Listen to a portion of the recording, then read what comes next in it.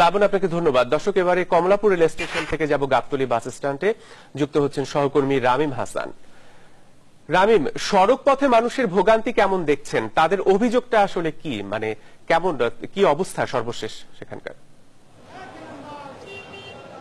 স্বাভাবিকভাবেই গাবতলী থেকে যে সবচেয়ে বড় অভিযোগ যেটি আসছে সেটি হচ্ছে ভাড়া বেশি রাখা হচ্ছে, এরকম একটি অভিযোগ আসছে। বেশিরভাগ যাত্রীদের মধ্যেই এই ভোগান্তি বা এই যে অভিযোগটি সেটি বারবার ঘুরে ফিরে আসছে। আমরা বিভিন্ন জায়গায় দেখে হচ্ছি, কিন্তু তারপরেও এখনো পর্যন্ত সেটি নিয়ন্ত্রণ করা সম্ভব হচ্ছে না। কিছুক্ষণ আগে সড়ক পরিবহন মন্ত্রী এসেছিলেন এবং তার কাছেও অভিযোগটি সাংবাদিকদের পক্ষ থেকে করা হয়েছে। তিনি বলেছেন এখানে বিভিন্ন যে সার্ভেলেন্স টিমগুলো রয়েছে তাদেরকে তিনি জানাবেন এবং তারা যেন সঠিকভাবে ব্যবস্থা নেয়, সেই অনুযায়ী কাজ করার জন্য তিনি বলবেন।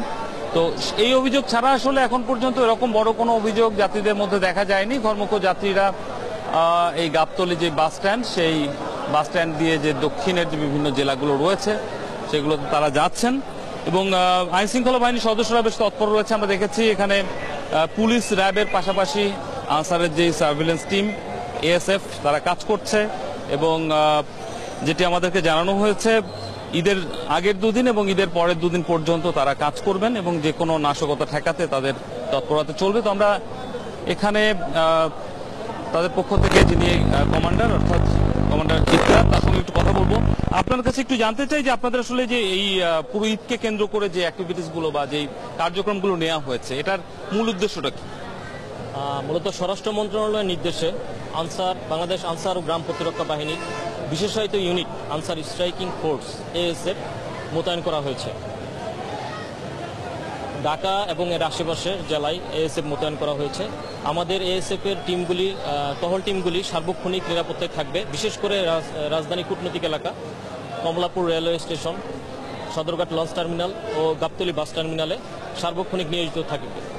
এছাড়াও আমাদের কুইক রেসপন্স টিম সার্বক্ষণিক প্রস্তুত রাখা হয়েছে। যে কোনো আভিযানিক কার্যক্রম তাৎক্ষণিক প্রতিক্রিয়া দেখানোর জন্য আমাদের কুইক রেসপন্স টিম প্রস্তুত রাখা হয়েছে। এটা আমরা ঈদের তৃতীয় দিন পর্যন্ত এই বিশেষ ব্যবস্থা থাকবে। এটা কি পুরো ঢাকার মধ্যে আপনাদের? পুরো ঢাকার মধ্যে বিশেষ এলাকাগুলি হচ্ছে কমলাপুর রেলওয়ে স্টেশন, যেখানে জনগণের জনসমাগম বেশি হবে সেখানে আমরা প্রস্তুত থাকবো। আপনাকে অসংখ্য ধন্যবাদ। আমরা কথা বলছিলাম এখানে কমান্ডার ইফতেখারের সঙ্গে এবং তিনি যে বিষয়টি জানালেন যে তাদের অ্যাক্টিভিটিস এবং তাদের কার্যক্রমগুলো সম্পর্কে জানালেন এবং যেটি বললেন যে কোনো সময় যে কোনো নাশকতা ঠেকাতে তারা তৎপর রয়েছে। তাদের সার্ভেলেন্স যে টিম, সেই টিম পুরো ঢাকার মধ্যে বিভিন্ন গুরুত্বপূর্ণ স্থানগুলোতে ঘুরে বেড়াচ্ছে। এই মুহূর্তে তারা গাবতলীতে রয়েছে, কিছুক্ষণ আগে কমলাপুর থেকে তারা ঘুরে এসেছেন। এরকম আইন শৃঙ্খলা বাহিনীর সদস্যদের তৎপরতা আমরা লক্ষ্য করছি গাবতলী বাস স্ট্যান্ড জুড়ে। তারপরেও আসলে এত বাস এতগুলো ডিস্ট্রিক্টের দিকে বিভিন্ন গাড়িগুলো যায় এবং সেই জায়গাগুলোতে আসলে নিয়ন্ত্রণ করা অনেকটা কঠিন হয়ে যাচ্ছে আইন শৃঙ্খলা রক্ষাকারী বাহিনীর সদস্যদের পক্ষ থেকে। মোটামুটি গাবতলী থেকে এই ছিল আমার কাছে এখানকার সর্বশেষ।